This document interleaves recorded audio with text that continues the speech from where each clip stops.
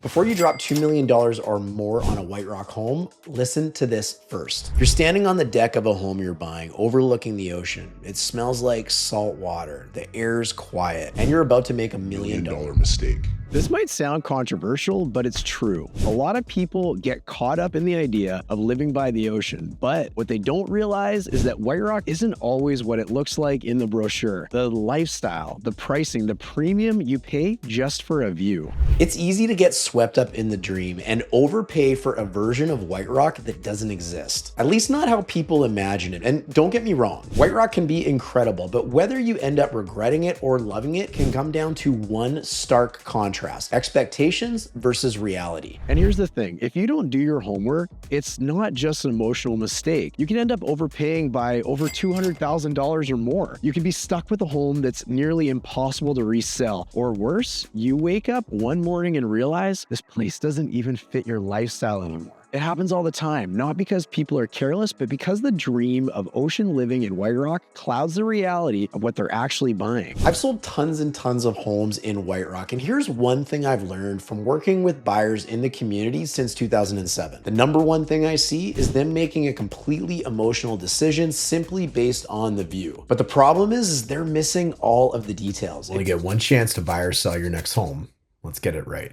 If you're someone who's considering buying in White Rock, you're gonna wanna know these three things that completely mismatch home buyers with their expectations on living in the city of White Rock. The first of which is a complete lifestyle mismatch. White Rock looks like a retirement beach town, and it was, and for many it is. But if you're expecting vibrant nightlife and trendy restaurants or year-round energy, you might end up being disappointed. Here's the facts. The winter months in White Rock are quite quiet. It's very slow, and many of the shops, if they aren't already closed, they close quite early. Of course, as you would expect, some people absolutely love this peace and quiet, but for many others, it leaves them bored out of their minds. Not only that, but locationally speaking, White Rock isn't really close to much other than that of South Surrey. So depending on where your lifestyle might take you, whether that is into North Surrey, into the Tri-Cities, or other areas of the Lower Mainland, you're gonna find yourself sitting in your car a lot. You see, living here is much different than visiting here. In the summer, everything is go, go, go. It's busy, there's people everywhere, it's vibrant, and it's a really exciting place to live. But during the winter months and the quieter seasons,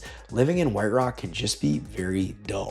There is many things that go with matching your lifestyle and what your expectations are to living in the city of White Rock. So if you want to learn more about the lifestyle specifically, I recommend you check out our Living in White Rock playlist available on this channel. Or you can jump on our website and request your very own copy of our South Surrey White Rock Insider's Guide to let you know everything you need to about living in this community. Because you're going to want to make sure that your lifestyle matches the reality of living here, not just some fantasy about living in a beach town. Next on our list is the pricing problem, something that plagues so many would-be home buyers when they relocate to this area. White Rock real estate is full of unique homes. It's got old rebuilds, tear downs, view lots, multi-generational renovations.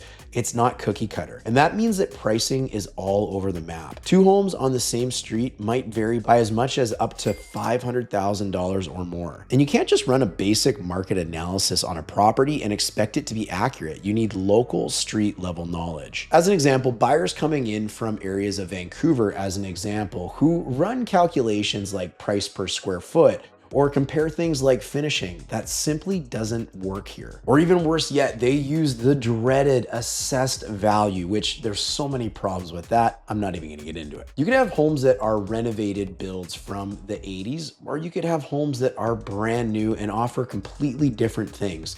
These are homes with a different audience, therefore much different price points. Even real estate professionals coming from outside the area, let's say other areas of the Lower Mainland, oftentimes will mismatch the prices because they don't know the local community and completely misprice the homes that they're representing. The key point here is pricing in White Rock isn't always logical. It's emotional, it's historical, and it's nuanced. And oftentimes you need to know the stories and the reasoning behind the numbers. This is where we run into the third on our list, which is the view premium problem, something that stings so many would-be home buyers in our community. View properties will sell for more money. There's really no way around it, and people will pay anywhere from $200,000 to $500,000 extra for a home with a view, sometimes even more. Here's the thing that catches a lot of people off guard though, is not all views in White Rock, and many of them are not protected. That killer ocean view in the home that you just bought, well, it might not be there 2 years from now. And even worse, some views are only from a single window or standing on a deck leaning over the balcony. And of course, as you know, not every view is created equal, therefore also doesn't demand the same type of price. Just because a listing says it has a view doesn't mean that it's worth the premium. Some buyers regret paying for a view that they barely enjoy, or one that ends up getting blocked later on, completely devastating their home value. Clearly speaking, not every view that is out there is worth the price tag that they're asking, and you don't want to overpay for a home by thousands or even hundreds of thousands of dollars that simply doesn't warrant that price tag. And speaking of views, it's always an interesting topic. You know, how much should a home with a beautiful ocean view sell for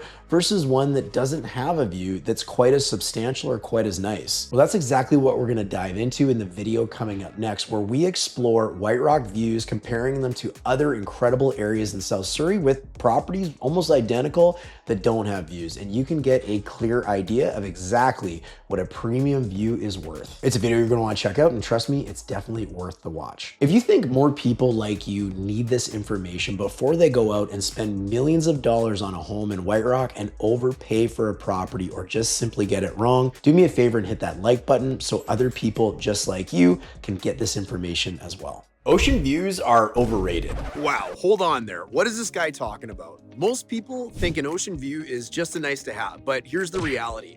An ocean view could add hundreds of thousands of dollars to your home's value. But how much is it really worth in White Rock, BC?